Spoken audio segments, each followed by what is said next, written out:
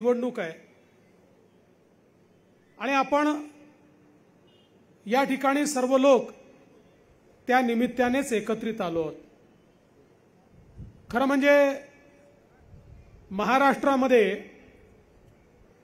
या निवडणुकीच्या निमित्ताने ज्यावेळी मी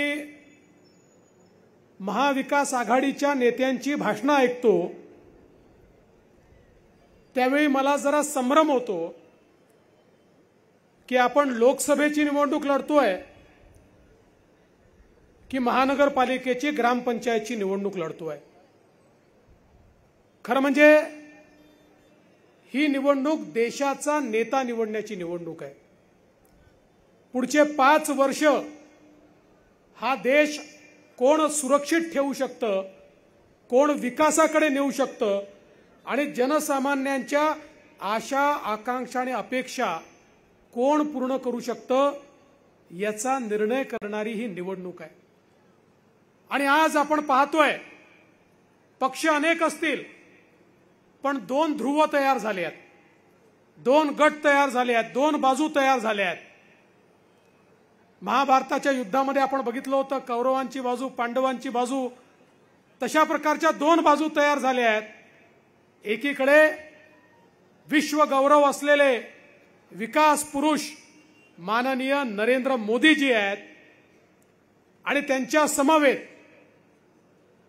वेगवेगळे पक्ष आहेत ज्याच्यामध्ये एकनाथरावजी शिंदे यांची शिवसेना आहे, या ठिकाणी अजितदादांची राष्ट्रवादी आहे, राज ठाकरेंची मनसे आहे, आठवले साहेबांची रिपाई आहे, याच्यामध्ये पिरिपा आहे, रासपा आहे, जनसुराज्य आहे, याच्यामध्ये वेगवेगळे जवळपास 18 पक्ष असे एकत्रित करून एक आपली महायुती आपण तयार केली आहे।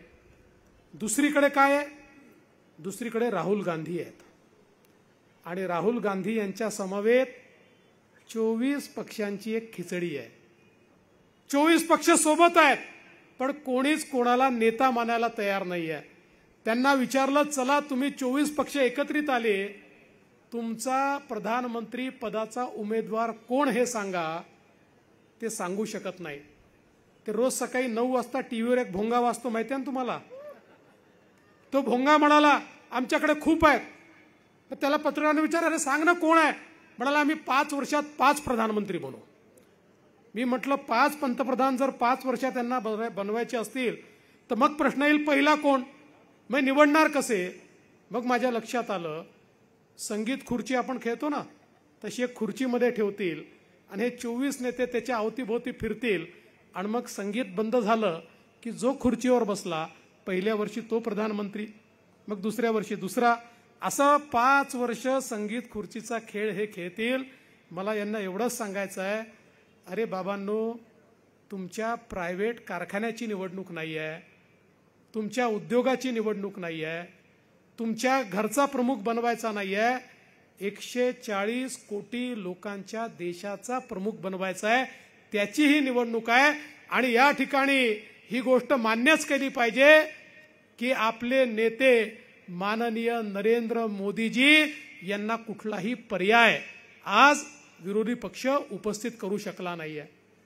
अवस्था कशी आहे बघा, आज आपली जी महायुती आहे ही विकासाच्या गाडीसारखी आहे। या गाडीला मोदीजींचं भक्कम इंजिन आहे आणि वेगवेगळ्या पक्षांचे डबे लागले आहेत आणि त्यामध्ये दीन दलित गोर गरीब आदिवासी शेतकरी शेतमजूर महिला अल्पसंख्याक भटके विमुक्त ओबीसी सगळ्यांकरता जागा आहे। मोदीजींच्या गाडीत सगळ्यांना बसवून सबका साथ सबका विकास म्हणत ही गाडी वेगानं पुढे जाते। दुसरीकडे अवस्था काय आहे, दुसरीकडे डब्बे नाहीच आहे, फक्त इंजिन आहे। राहुल गांधी म्हणतात मी इंजिन आहे, शरद पवार म्हणतात मी इंजिन आहे, उद्धव ठाकरे म्हणतात मी इंजिन आहे, लालूजीचा पोरगा म्हणतो मी इंजिन आहे, मुलायम सिंगाचा पोरगा म्हणतो मी इंजिन आहे, ममता बॅनर्जी म्हणते मी इंजिन आहे, स्टॅलिन म्हणतो मी इंजिन आहे। त्या ठिकाणी इंजिनच आहे, डब्बे नाही आहेत। आणि इंजिनमध्ये बसायला किती लोकांना जागा असते, ड्रायव्हर शिवाय त्यात सामान्य माणूस बसू शकत नाही। बरं, यांचं इंजिन कसं आहे? राहुल गांधींच्या इंजिनमध्ये फक्त सोनिया गांधी आणि प्रियंका गांधी करता जागा आहे. उद्धव ठाकरेंच्या इंजिनमध्ये फक्त आदित्य ठाकरेंकरता जागा आहे. आणि पवार साहेबांच्या इंजिनमध्ये फक्त सुप्रिया सुळेंच्या करता जागा आहे. तुमच्याकरता त्यांच्याकडे जागा नाही आहे. तुमच्याकरता जागा ही केवळ मोदीजींच्या इंजिनमध्ये आहे. आणि ज्या क्षणी 13 तारखेला कमळाची बटन तुम्ही दाबाल, पुण्याची बोगी मोदीजींच्या विकास एक्सप्रेसला लागेल आणि वेगानं पुण्याचा विकास होताना आपल्याला पाहायला मिळेल.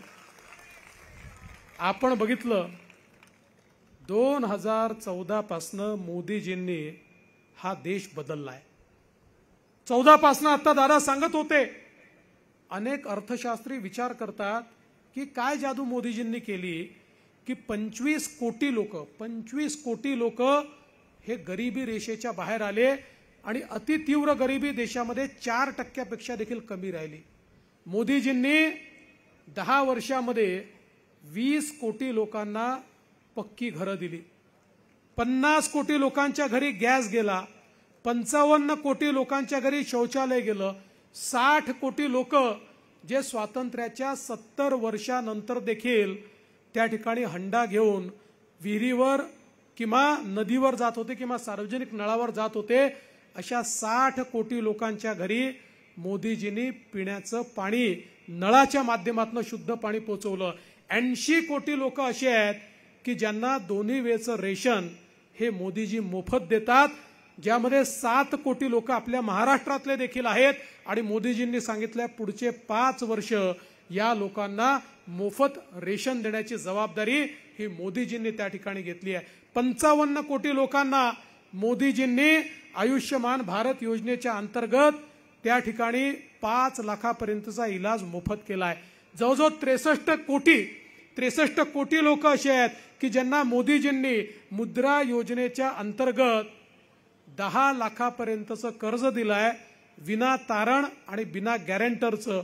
पूर्वी कोणी बँकेत गेला तर त्याला विचारलं जायचं, तुझ्याकडे गॅरंटर आहे का, तारण ठेवायला जमीन जुमला आहे का? मोदीजींनी सांगितलं, या सगळ्यांची गॅरंटी मी घेतो. आणि जवळजवळ 63-64 कोटी लोकांना हे लोन मिळालं. आणि त्यामध्ये 50% जास्त आमच्या मुली आणि महिला आहेत की ज्या मुद्राचं लोन घेऊन आज आपल्या पायावर उभ्या राहिलेल्या आहेत. आणि एवढंच नाही तर आता मोदीजींनी सांगितलं 10 लाख नाही 20 लाखापर्यंतचं लोन हे विना तारण आणि बिना गॅरंटरचं मोदीजी देणार आहेत. या देशामध्ये जवळपास 80 लाख बचत गट मोदीजींनी तयार केली. त्यांना 8 लाख कोटी रुपये दिले आणि 10 कोटी महिलांना आपल्या पायावर मोदीजींनी उभं केलं. आणि त्यातल्या 3 कोटी महिलांना आता लखपती दीदी मोदीजी बनवतायत आणि हळूहळू 10 कोटी महिला या लखपती होतील.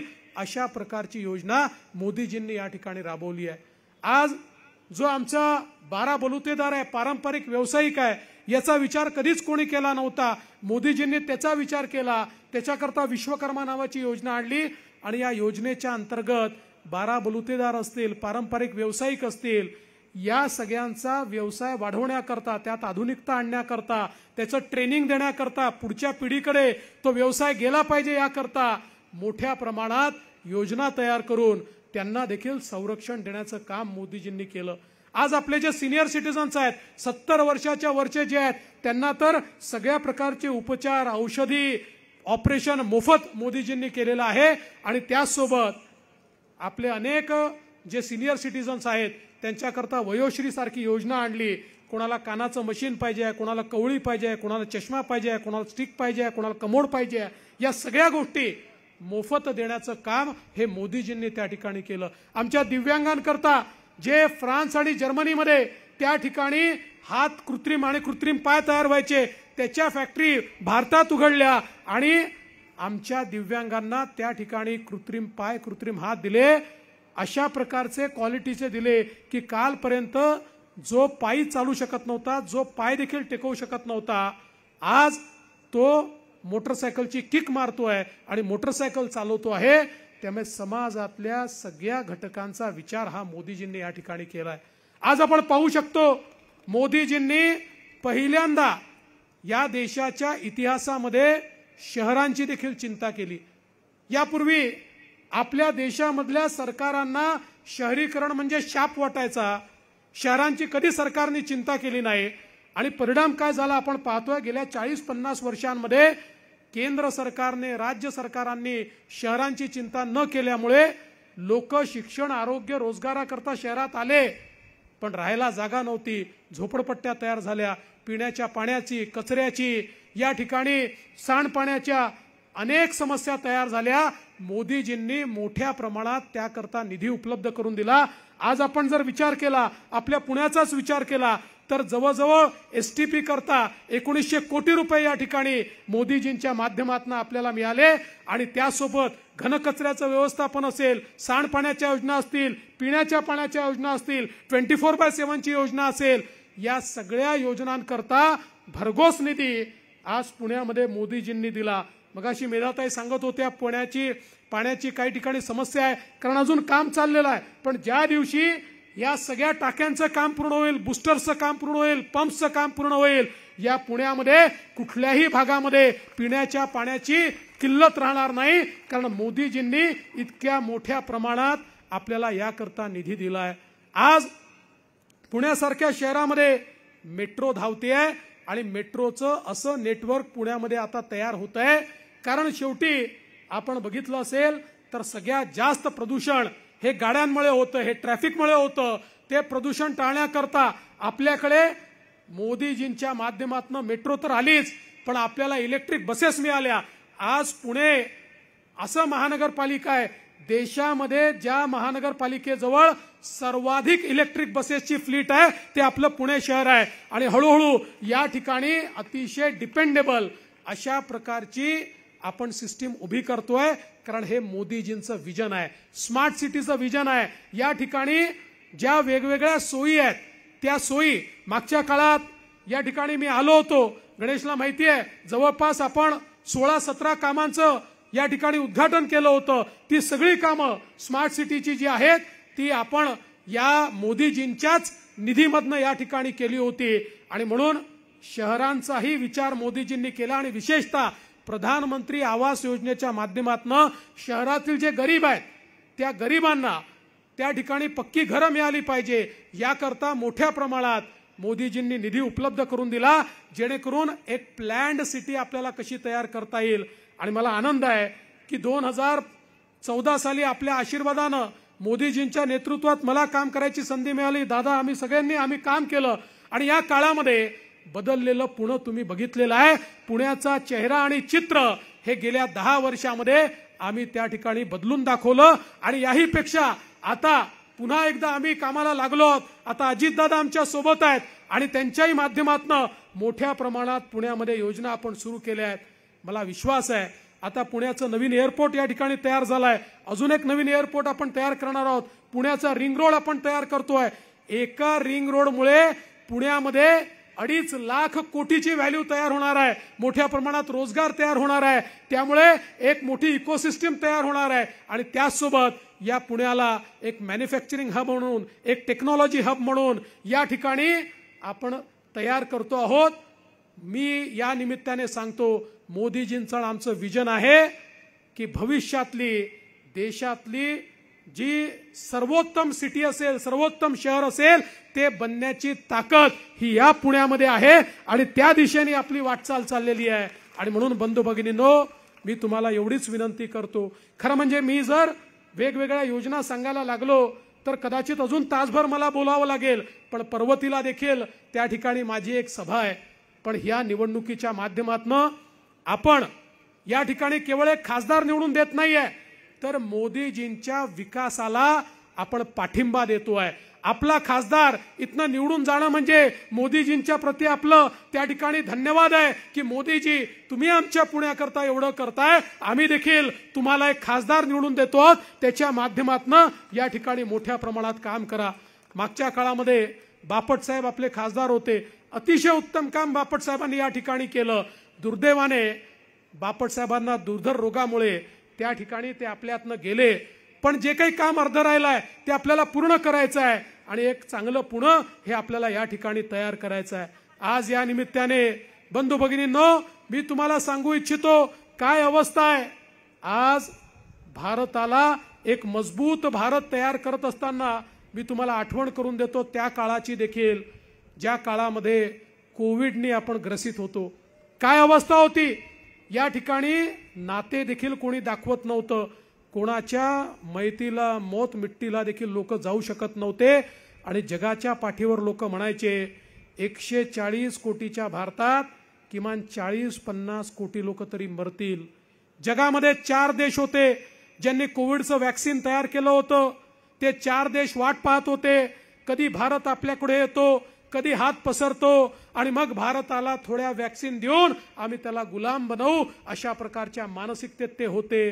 पण मोदीजींना माहिती होतं की या देशांकडे गेलो तरी हे सांगतील आधी आमच्या लोकांना वॅक्सिन देऊ मग तुम्हाला वॅक्सिन देऊ. तेवढे दिवस आपण थांबू शकणार नाही, आपले लोक किड्या मुंग्यांसारखे मरतील. मोदीजींनी शास्त्रज्ञ एकत्रित केले, त्यांना रॉ मटेरियल दिलं, त्यांना रिसोर्सेस दिले. अनेक रॉ मटेरियल्स असे होते जे आपल्या देशात उपलब्ध नव्हते. मोदीजींनी इंटरनॅशनल डिप्लोमसीच्या माध्यमातून वेगवेगळ्या देशातनं त्याचं सोर्सिंग केलं आणि त्यांना सांगितलं आपल्याच देशामध्ये लस तयार करा.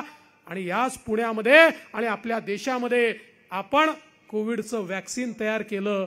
140 कोटी लोकांना 2 वेळचं वॅक्सिन मोफत त्या ठिकाणी मिळालं. आज आपण सगळे जिवंत आहोत. ते मोदीजींमुळे, मोदीजींनी हे वॅक्सिन तयार केलं म्हणून आपण जिवंत आहोत. आणि एवढंच नाही, मी मॉरिशसला गेलो होतो. त्या ठिकाणी मराठी मंडळींनी छत्रपती शिवरायांच्या पुतळ्याचं अनावरण ठेवलं होतं. ते अनावरण केलं. मॉरिशसच्या राष्ट्रपतींना भेटायला गेलो. आफ्रिकन ओरिजिनचे राष्ट्रपती होते. ते मला म्हणाले फडणवीसजी तुम्ही मोदीजींना आमचे धन्यवाद कळवा. म्हटलं कशा करता धन्यवाद. म्हणाले माझा मॉरिशस जिवंत आहे कारण कोविडच्या काळात मोदीजींनी आम्हाला लस दिली, नाही तर माझा मॉरिशस बेचिराग झाला असता. आणि असे सांगणारे देशभरामध्ये 100 देश, जगभरामध्ये 100 देश आहेत जे म्हणतात या विश्वामध्ये आमचा नेता जर कोणी असेल तर तो नरेंद्र मोदी आहे. बंधू भगिनींनो, आता आपले प्रधानमंत्री साधे नेते राहिले नाही आहेत, ते जागतिक नेते झाले आहेत. आणि त्यासोबत तुम्ही बघा एक मजबूत भारत तयार झालाय. आता ज्या भारतामध्ये काहीच तयार होत नव्हतं, आपण पाणबुड्याही आयात करायचो, जेटही आयात करायचो, फायटर हेलिकॉप्टरही आयात करायचो, तोफाही आयात करायचो. आता त्या भारतामध्ये या ठिकाणी अग्नीसारखं मिसाईल आपण तयार करतोय जे 7000 किलोमीटर दूर जाऊन शत्रूला नेस्तनाबूत करू शकतं. पाणबुडी आम्ही तयार करतोय, फायटर जेट आम्ही तयार करतोय, तोफा आम्ही तयार करतोय. आणि आम्ही तयार करत नाही, आम्ही ते एक्सपोर्ट देखील करतोय. एक मजबूत भारत आज मोदीजींच्या माध्यमातून या ठिकाणी तयार झालाय. बंधू भगिनींनो, मी तुम्हाला आठवण करून देतो तो काळ ज्या काळामध्ये आपल्या देशात रोज बॉम्बस्फोट व्हायचे. मुंबईला बॉम्बस्फोट झाले, पुण्याला बॉम्बस्फोट झाले. काय करायचं आमचं सरकार, आमचे प्रधानमंत्री बॉम्बस्फोट झाला की त्याचा निषेध करायचे, मग तीव्र निषेध करायचे, मग अतितीव्र निषेध करायचे. परी बॉम्बस्फोट थांबले नाही तर अमेरिकेत जायचे आणि कागद द्यायचे, डोझियर बघा पाकिस्ताननी आमच्याकडे बॉम्बस्फोट केला, हे त्याचे पुरावे आहेत, आता तुम्ही पाकिस्तानला रागवा. 140 कोटीचा देश लाचार होता. मोदीजी प्रधानमंत्री झाले, या देशात बॉम्बस्फोट करायचा प्रयत्न झाला, आमच्या जवानांना त्या ठिकाणी शहीद केलं. मोदीजी होते, थांबले नाही, थेट पाकिस्तानमध्ये घुसून त्या ठिकाणी सर्जिकल स्ट्राईक आणि एअर स्ट्राईक केला आणि त्यांना नेस्तनाबूत केलं. बंधू भगिनींनो, 2019 नंतर पाकिस्तानच्या बापाचीही हिंमत झाली नाही भारतामध्ये बॉम्बस्फोट करण्याची. ही मोदीजींचं नेतृत्व आहे. आज चीन देखील वाकड्या नजरेने आमच्याकडे पाहू शकत नाही. जगामध्ये आम्ही 5वी सगळ्यात मोठी अर्थव्यवस्था झालो. मोदीजी आता 3री सगळ्यात मोठी अर्थव्यवस्था करतायत. आणि अर्थव्यवस्था जेव्हा मोठी होते त्यातनं संधी तयार होते, अर्थव्यवस्था जेव्हा मोठी होते त्यातनं रोजगाराची निर्मिती होते, अर्थव्यवस्था जेव्हा मोठी होते त्यावेळेस विकास होतो, अर्थव्यवस्था जेव्हा मोठी होते त्यातनं इन्फ्रास्ट्रक्चर तयार होतं, अर्थव्यवस्था जेव्हा मोठी होते गरीब कल्याणाचा अजेंडा चालतो, अर्थव्यवस्था जेव्हा मोठी होते त्यावेळी एक मजबूत देश तयार होतो. तो मजबूत देश मोदीजींच्या माध्यमातून तयार होतोय. आणि म्हणून तुम्हाला विनंती एवढीच आहे, आपल्यापैकी सगळ्यांना मोदीजींनी काय केलंय माहिती आहे, सगळ्यांचं समर्थनही मोदीजींना आहे, पण मतदानाच्या दिवशी मी नाही गेलो तर चालतं असं देखील अनेकांना वाटतं.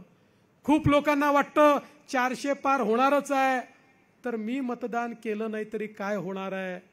बंधू भगिनींनो, एक गोष्ट लक्षात ठेवा, लोकशाहीमध्ये मतदानाचा अधिकार हा पवित्र अधिकार आहे आणि त्याच व्यक्तीला आपली समस्या मांडण्याचा आणि बोटं दाखवण्याचा नैतिक अधिकार आहे जो मतदान करतो. जो मतदान करत नाही आणि घरी बसून गप्पा मारतो त्याला तो नैतिक अधिकार नाहीच आहे. अरे ही देशसेवा आहे, मतदानाला जाणं ही देखील एक देशसेवा आहे, कारण तुमच्या मतदानातनं देशामध्ये एक कर्तबगार सरकार या ठिकाणी तयार होतं. आणि म्हणून येत्या 13 तारखेला सगळे मतदानाला जा, कमळाचं बटन दाबा. तुम्ही कमळाचं बटन दाबलं की तुमचं वोट मुरली अण्णा मोहोळ यांना मिळेल, पण तुमचा आशीर्वाद मोदीजींना मिळेल आणि तुमचा आशीर्वाद घेऊन मोदीजी एक मजबूत भारत तयार करतील. त्याकरता तुमचा आशीर्वाद द्या एवढीच विनंती करतो आणि माझं बोलणं संपवतो. धन्यवाद.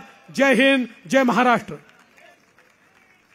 धन्यवाद देवेंद्रजी. यानंतर आपल्या भैरवनाथ शिक्षण संस्थेचे राहुलजी दनकुडे व भैरवनाथ देवस्थान ट्रस्टचे प्रवीणजी शिंदे व त्यांचे सहकारी